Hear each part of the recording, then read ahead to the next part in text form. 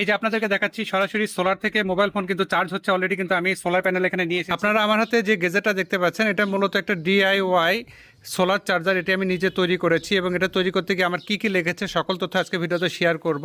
এই যে দেখতে পাচ্ছেন আমার কিন্তু আমার নকিয়া ফোনটা চার্জ হচ্ছে, এদিকে কিন্তু স্মার্টফোনও নিয়ে এসেছি। আজকে ভিডিওতে আপনাদেরকে দেখানোর চেষ্টা করবো এটা মূলত আসলে আমি কিভাবে তৈরি করেছি এবং আসলে এটা কিভাবে কাজ করে সকল তথ্য এ টু জেড আপনাদেরকে শেয়ার করার চেষ্টা করবো। আশা করছি ভিডিওটা শেষ পর্যন্ত কন্টিনিউ করবেন। এই কাজটা করতে গেলে আমাদের এরকম একটা সোলার প্যানেল লাগবে। এই সোলার প্যানেলটা কিন্তু খুব বেশি বড় না, যে দেখতে পাচ্ছেন আমার হাতের তালুতে কিন্তু এই সোলার প্যানেলটা আমি নিতে পারছি। তার মানে এটা পকেটে রাখা যাবে। এদিকে ওয়াইড হচ্ছে 5 ইঞ্চি আর এদিকে খুব সম্ভবত 2.5 ইঞ্চি রয়েছে। তো এই যে সোলার প্যানেলটা দেখতে পাচ্ছেন, এই সোলার প্যানেল থেকে মূলত আমরা এখান থেকে এই যে চার্জার ডিভাইসটা তৈরি করব। এর জন্য আমাদের আরেকটা জিনিস লাগবে, সেটা হচ্ছে এই যে দেখতে পাচ্ছেন ছোট্ট একটা মডিউল।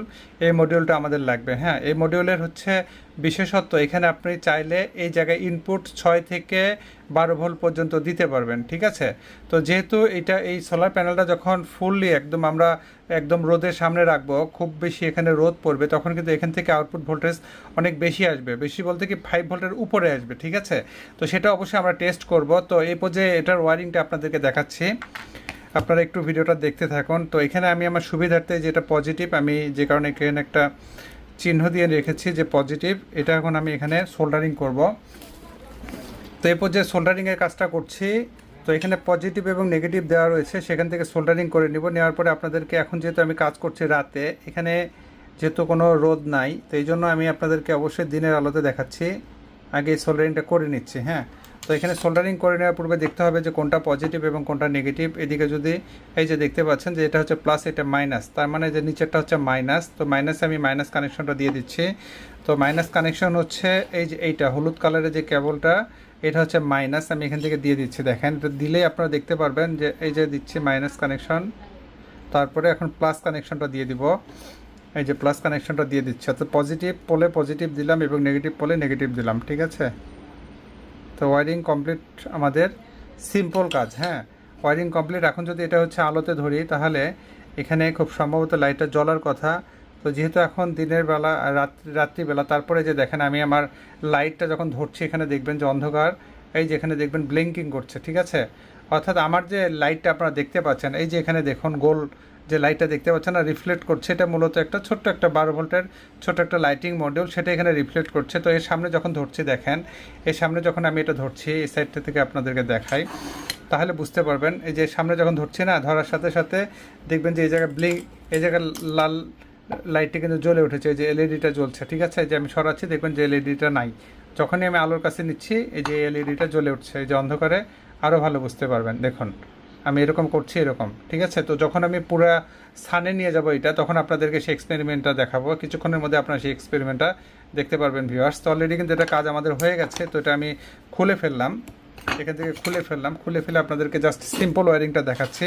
এই যে সিম্পল ওয়ারিং, এটাকে আমরা কি করব, এই মডিউলটাকে জাস্ট এখানে বোথ সাইড টেপ দিয়ে এখানে আটকে দিব। দিলে কিন্তু আমাদের একটা চার্জার মডিউল হয়ে গেল। তো সোলার চার্জার কিন্তু আমাদের কমপ্লিট। তো এটা এখন আমরা এক্সপিরিয়েন্স করতে চাই, এই জন্য চলুন সরাসরি চলে যাই রোদে।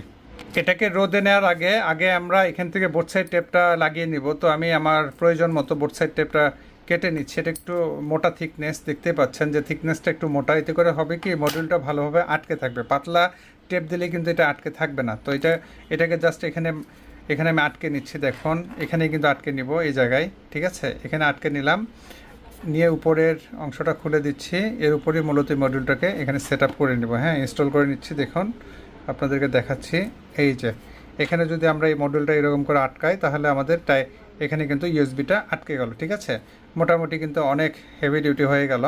তো এতে করে আমরা জাস্ট এই জিনিসটা আর খুলবে না সহজে। দেখুন এতে করে আমরা এখান থেকে জাস্ট ইউএসবির মাধ্যমে চার্জ দিয়ে দেখতে পারবো। তবে আরেকটা কাজ করতে হবে, সেটা হচ্ছে এই যে তারটা দেখতে পাচ্ছেন, এই তারটাকে একটু ছোট করে লাগাতে হবে। আমাদের কাজের সুবিধার্থে একটু ছোট করলে আরও সুবিধা হবে। ঠিক আছে, এখান থেকে কেটে যদি আমি ছোট করে লাগাই, সেক্ষেত্রে আরও ভালো হবে। তো যাই হোক, এই অবস্থায় আমরা এটাকে এখন টেস্ট করব। তো এর জন্য সরাসরি রোদে যেতে হবে। চলুন আমরা রোদে যাই। রোদে গিয়ে এখান থেকে আমরা এক্সপেরিমেন্ট করে আসি ভিউয়ার্স।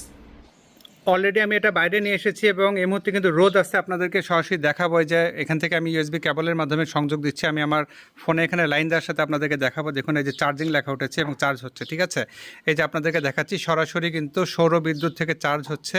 এই যে আপনাদেরকে দেখাচ্ছি, এখানে দেখতে পাচ্ছেন চার্জ হচ্ছে। ওকে, তো এই প্রজেক্টটা আসলে কাজ করে। আপনারা, আমি আপনাদেরকে যেভাবে দেখিয়েছি ঠিক সেভাবে যদি তৈরি করতে পারেন তাহলে এইভাবে সোলার প্যানেলের মাধ্যমে সরাসরি আপনারা আপনাদের ফোন কিন্তু চার্জ করতে পারবেন। আমি আপনাদেরকে সরাসরি দেখালাম। তো এই ভিডিও সম্পর্কে আপনাদের যদি কোনো সুচিন্তিত পরামর্শ থাকে সেটাও এই ভিডিওর কমেন্টে জানাতে পারেন। এছাড়া আপনাদের আর কী কন্টেন্ট ডিমান্ড রয়েছে অর্থাৎ ইলেকট্রনিক্স রিলেটেড সেটা কিন্তু জানাতে পারেন। আমি সম্ভব হলে সেই ধরনের কন্টেন্টগুলো তৈরি করব। তো ভিডিওটা সর্বোচ্চ সংখ্যক শেয়ার করে পাশে থাকুন এই আশাবাদ ব্যক্ত রেখে আজকের মতো বিদায় নিচ্ছি। আল্লাহ হাফেজ।